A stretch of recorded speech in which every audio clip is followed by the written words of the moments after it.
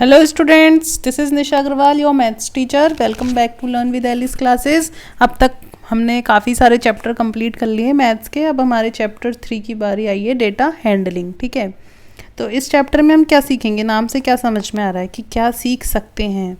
तो चैप्टर का नाम है डेटा और हैंडलिंग. तो डेटा का क्या मतलब होता है? डेटा का मतलब कुछ भी हो सकता है. Data is simply any information, या फिर डेटा तो इन्फॉर्मेशन बाद में बनता है, पहले डेटा होता है. जैसे मैंने बोल दिया 5, क्या है ये डेटा. मैंने बोला निशा, दैट से मेरा नाम निशा, क्या है ये डेटा.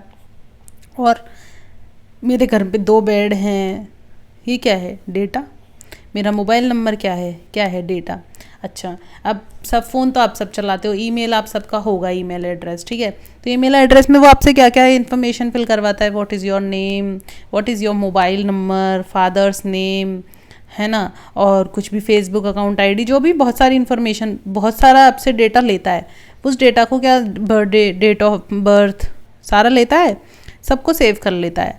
अब डिफरेंट टाइप ऑफ डेटा. अब आपने एक चीज़ देखी होगी, जब आप किसी और वेबसाइट पे लॉगिन करते हो या कोई फॉर्म फिल करते हो तो आपसे कुछ अलग टाइप का डेटा मांगा जाता है. जब आप टिकट विंडो पर रिजर्वेशन कराने जाते हो तब आपसे कुछ अलग टाइप का डेटा मांगा जाता है. तो आपने कभी सोचा ये सारे डेटा अलग अलग क्यों होते हैं, एक जैसे क्यों नहीं होते हमेशा.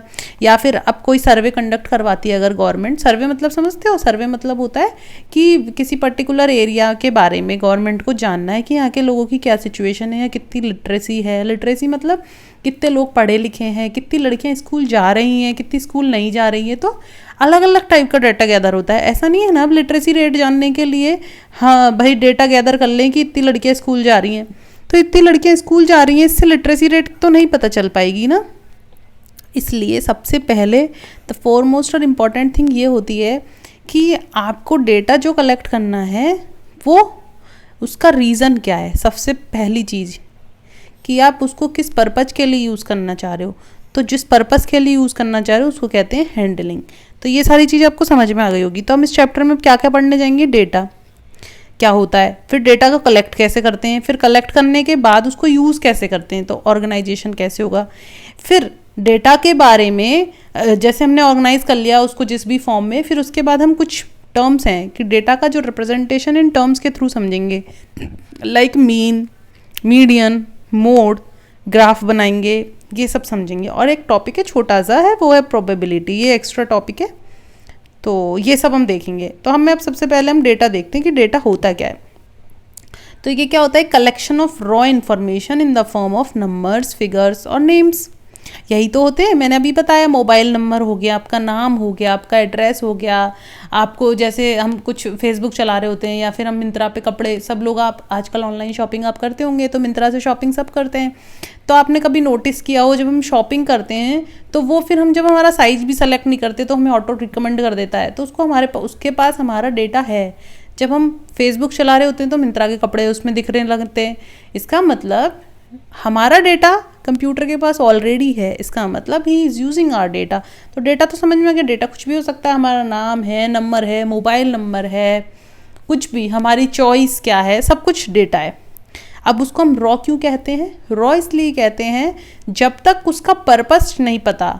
लाइक हमने गूगल का फॉर्म भरा फॉर ईमेल आईडी बनाने के लिए, तो ईमेल आईडी बनाने के लिए वो फॉर्म भरा, अगर हमें उसका पर्पस नहीं पता तब तक तो वो इन्फॉर्मेशन सिर्फ एक डेटा है ना, वो इन्फॉर्मेशन नहीं बनी, क्योंकि वो किसी फॉर्म में प्रोसेस नहीं हुई है.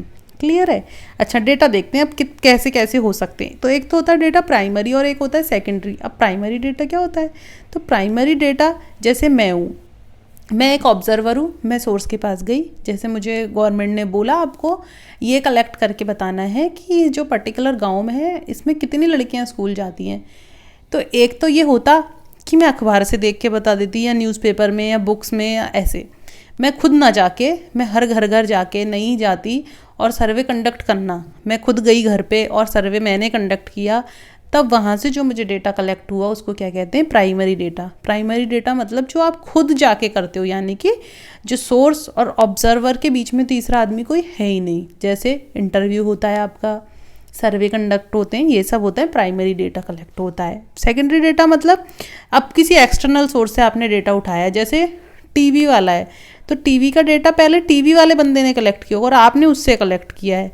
बुक्स का डेटा तो बुक्स में जो राइटर है या ऑथर है उसने कलेक्ट करा है और आपने उससे कलेक्ट करा है।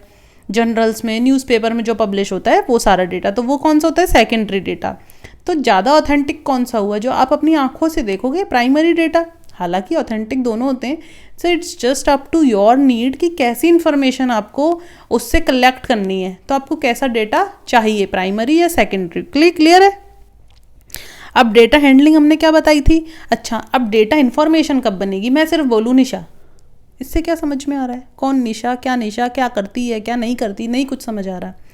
तो जब डेटा को मैंने प्रोसेस किया, मैंने किसी फॉर्म में उसको प्रोसेस किया, मुझे जिस फॉर्म में जानना था, कि मुझे सपोज ये जानना था कि पर्टिकुलर क्लास 7 है, मुझे जानना है इसमें कितनी निशा नाम की लड़कियां पढ़ती हैं। तो सब लड़कियां बोलेगी मेरा नाम निशा है, मैं रोल नंबर 2, मेरा नाम निशा है, मैं रोल नंबर 3। तो ऐसे मुझे पता चल जाएगा इस क्लास में 3 निशा है। तो इसलिए मेरी ये इन्फॉर्मेशन बन गई। अब मुझे क्यों चाहिए था ये डेटा? मुझे इसलिए चाहिए था क्योंकि मुझे जानना था इस क्लास में कितनी लड़कियां हैं जिनका नाम निशा है। क्लियर है? तो हमें कुछ इंपॉर्टेंट डिसीजन पे पहुंचना होता है, तो उसके लिए जब हम डेटा यूज़ कर रहे होते हैं, उसको इन्फॉर्मेशन बनाते हैं, तो इस प्रोसेस को क्या कहते हैं? इसको कहते हैं डेटा हैंडलिंग। ये समझ में आ गया होगा।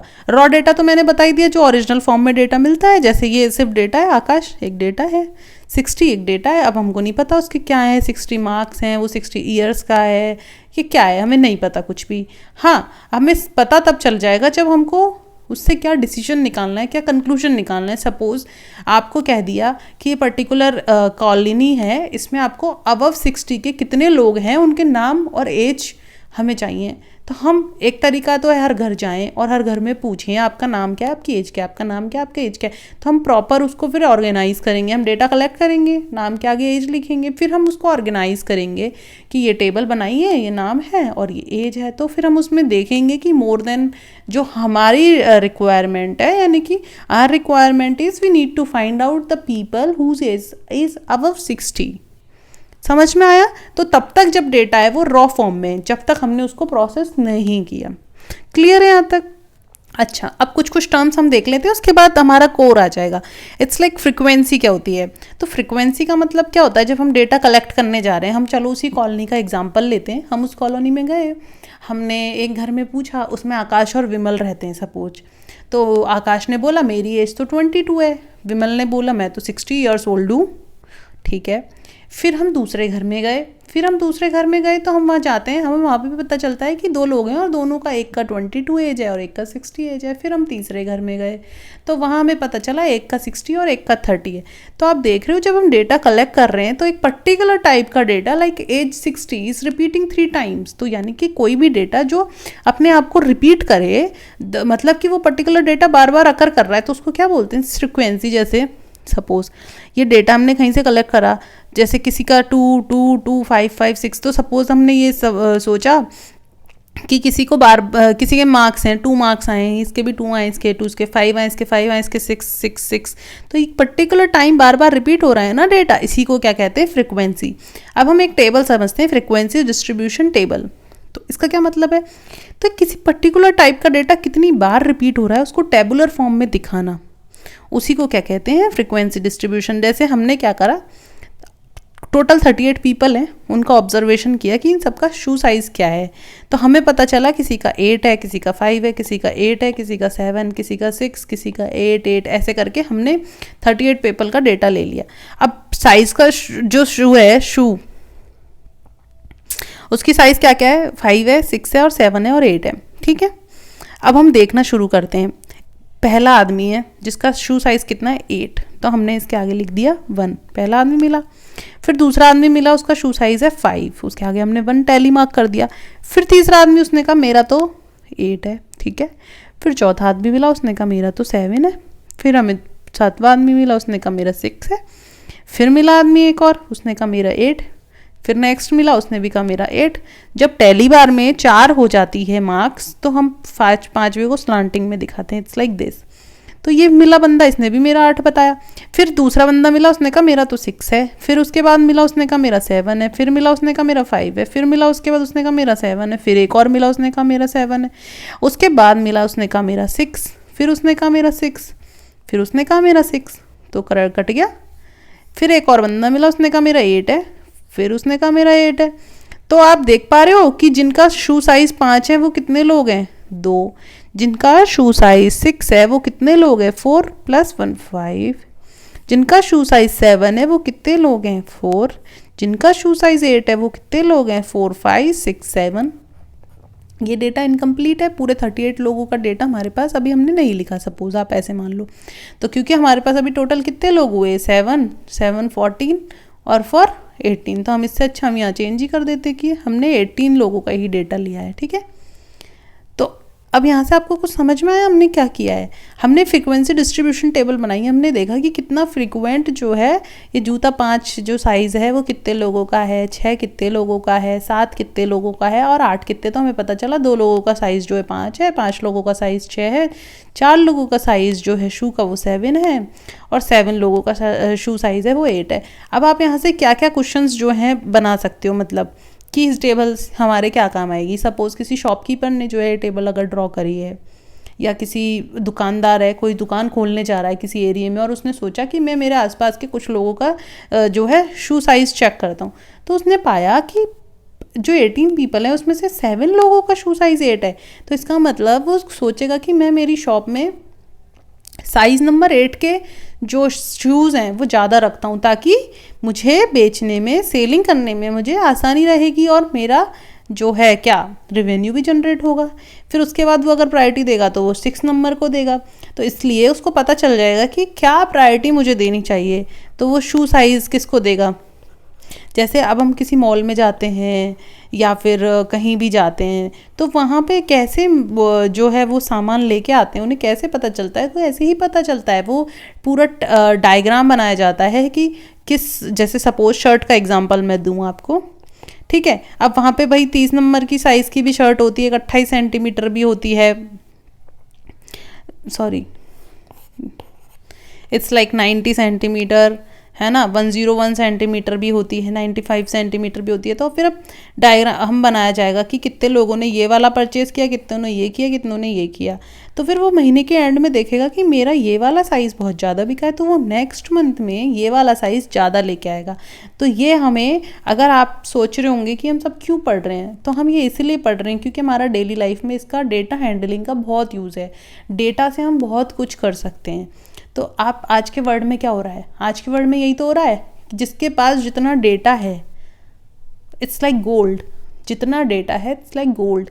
यानी कि जैसे अब हम कुछ भी वेबसाइट पे सर्च कर रहे हैं, कुछ भी कर रहे हैं, हमारी सारी इन्फॉर्मेशन उस वेबसाइट पे है, हमारे बारे में उस वेबसाइट को सब कुछ पता है कि हमारे क्या इंटरेस्ट हैं क्या नहीं है। इसका मतलब आपको कोई भी आराम से ब्लैकमेल कर सकते हैं because he knows everything about you. इसलिए data is very important in this world. इसलिए हमें बहुत सोच समझ के जो है किसी भी वेबसाइट पे डेटा अपलोड करना चाहिए, बहुत ज़्यादा ज़रूरत है देन अपलोड। अननेसेसरी साइट्स पे अपना डेटा अपलोड नहीं करना चाहिए, ठीक है। अब हम डेटा ले आए।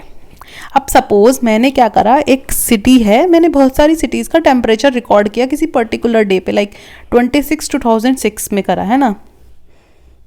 डेटा क्या रिकॉर्ड करा है मैंने, टेम्परेचर मैक्सिमम और मिनिमम उस दिन का, सिर्फ उस दिन का, ठीक है। ध्यान से सुनना, सिर्फ उसी दिन का टेम्परेचर रिकॉर्ड करा है मैंने।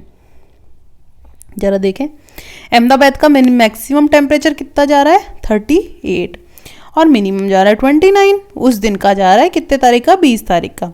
अमृतसर का 37 26, ऐसे करके हमें मैक्सिमम मिनिमम टेम्परेचर पता चल रहा है, ठीक है। तो हम क्या कर सकते हैं, हम 20 तारीख को जम्मू कश्मीर का हाईएस्ट टेम्परेचर बता सकते हैं, सिर्फ 20 तारीख को ही बता सकते हैं। अगर मैं आपसे पूछ लूँ जम्मू कश्मीर का 2006 में मैक्सिमम टेम्परेचर क्या रहा, तो क्या आप इस डेटा से बता सकते हो ये बात? नहीं बता सकते।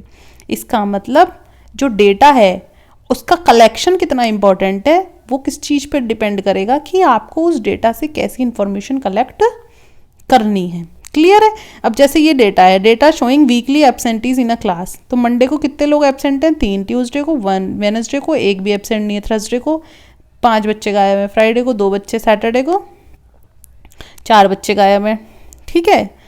तो इस डेटा से हमें ये बात पता चल रही है कि वेडनेसडे को तो कोई भी एब्सेंट नहीं है। क्लियर है यहाँ तक की कहानी? ठीक है।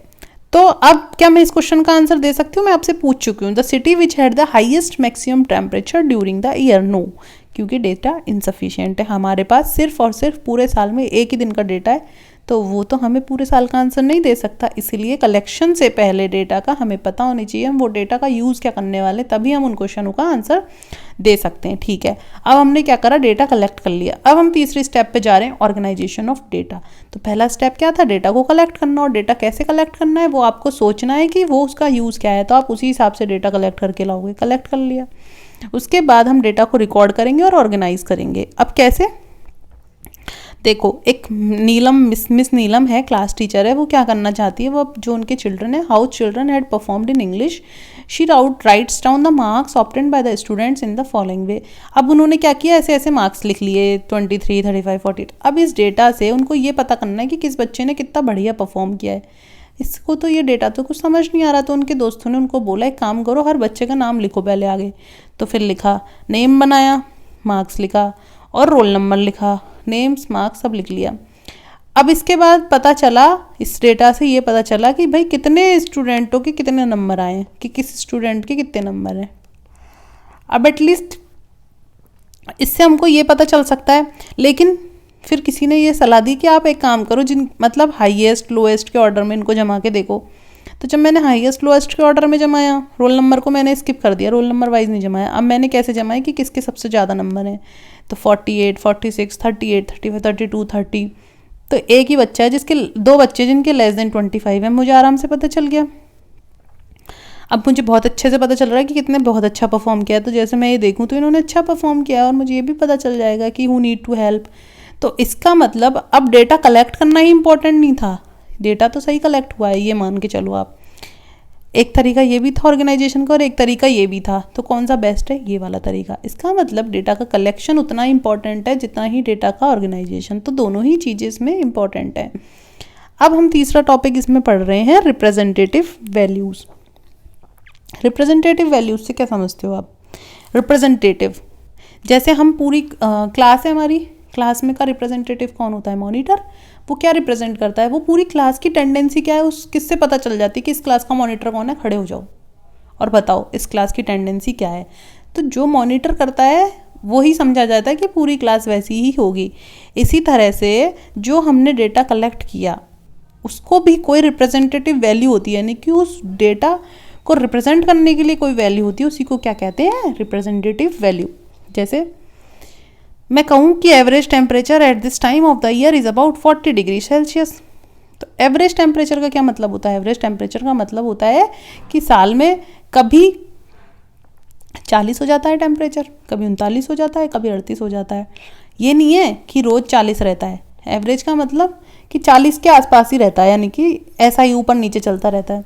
The average age of people in my class is 12 years, यानी कि एवरेज एज, यानी कि जो मैक्सिमम बच्चे उनकी एज 12 होगी, किसी की 13 होगी, किसी की 14 होगी। एग्जैक्ट 12 नहीं है इसका मतलब, एवरेज है।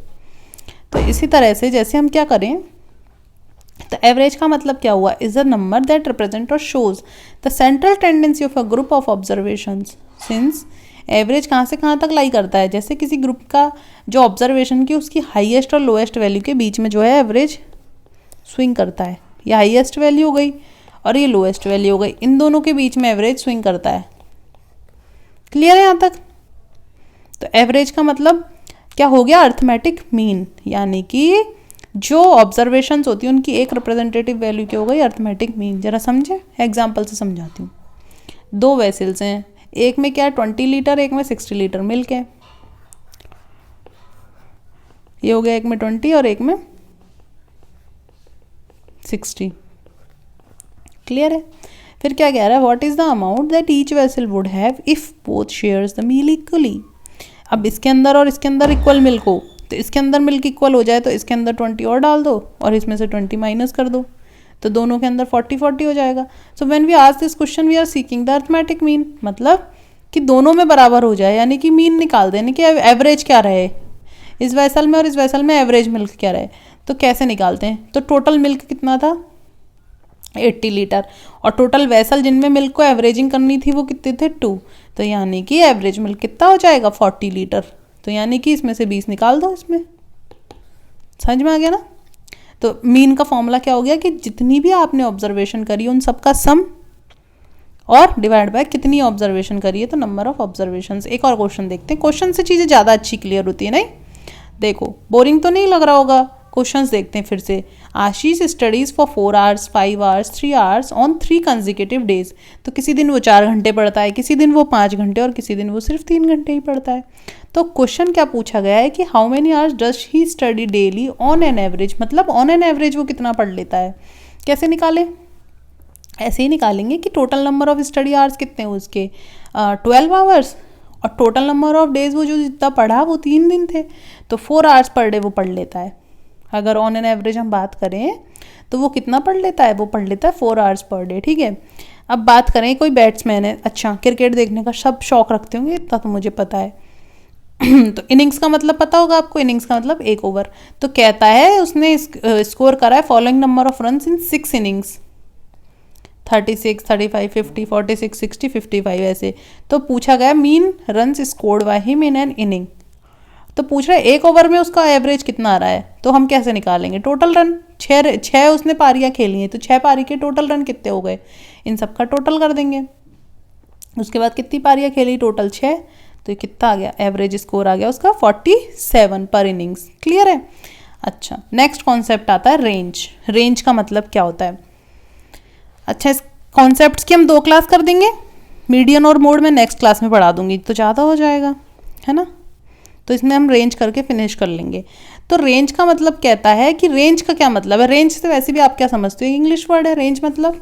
रेंज का मतलब कि मिनिमम वैल्यू और मैक्सिमम वैल्यू, यानी कि जो रेंज का मतलब होता है कि हाईएस्ट वैल्यू और लोएस्ट वैल्यू, जो हाईएस्ट ऑब्जर्वेशन है या लोएस्ट ऑब्जर्वेशन है, उन दोनों के बीच का जो डिफरेंस होता है, उससे हमें ये पता चलता है कि जो ऑब्जर्वेशन है उसका स्प्रेड क्या है, यानी कि वो कहाँ तक जा सकता है। तो रेंज क्या हो गया, highest value minus 2 lowest value. Question करते हैं। एज दे रखी है इन years of 10 teachers of a school, कोई 32 ईयर्स का है, 41 का है, 28 का है, ऐसे ऐसे दे रखी है एज। फिर पूछा गया what is the age of the oldest teacher that of the youngest teacher. कैसे निकालें, या तो आप इनको जमा लो किसी ऑर्डर में तो ज़्यादा इजी हो जाएगा, तो हमने असेंडिंग ऑर्डर में जमा लिया। तो सबसे कम उम्र का टीचर मिला 23 साल वाला, फिर 26 ईयर का, then 28, then we found 32, then we found 33, then 35, then 38, then 40, 41, 54। तो यंगेस्ट टीचर था वो था 23 ईयर ओल्ड और ओल्डेस्ट टीचर था he was 50 year old. Next question हमसे पूछा गया कि जो range of the ages of the teachers, what is the range. तो रेंज मीन्स सबसे बड़ा टीचर कितने साल का हो सकता था, 54 का, और जो सबसे छोटा हो सकता था वो 23 का। तो 31 ईयर जो है वो हमारी क्या हो जाएगी, रेंज। अब पूछा गया थर्ड क्वेश्चन था mean age of the teacher, mean age of these teachers. तो कैसे निकाले जाएंगे मीन एज, बहुत ईजी है। कैसे, the sum of ages of all teachers, और डिवाइड किससे कर देंगे, divide by the number of teachers.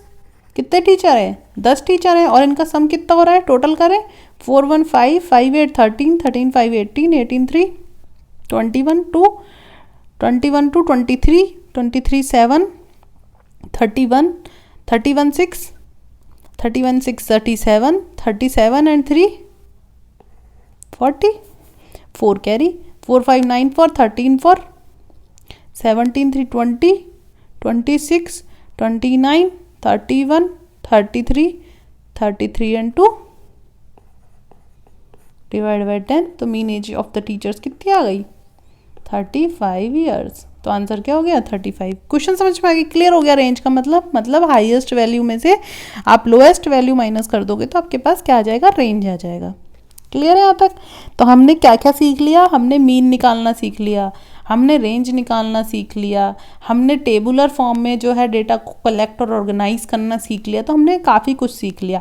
Next class में हम क्या सीखेंगे, हम नेक्स्ट क्लास में मोड सीखेंगे, मीडियन सीखेंगे और प्रोबेबिलिटी निकालना सीखेंगे। और मोड मीडियन क्या है, जैसे एक मीन के थ्रू हमने पूरी जो ऑब्जर्वेशन है उनकी सेंट्रल टेंडेंसी बताई, इसी तरह से हम मोड और मीडियन भी एक तरह से रिप्रेजेंटेटिव वैल्यूज़ ही हैं।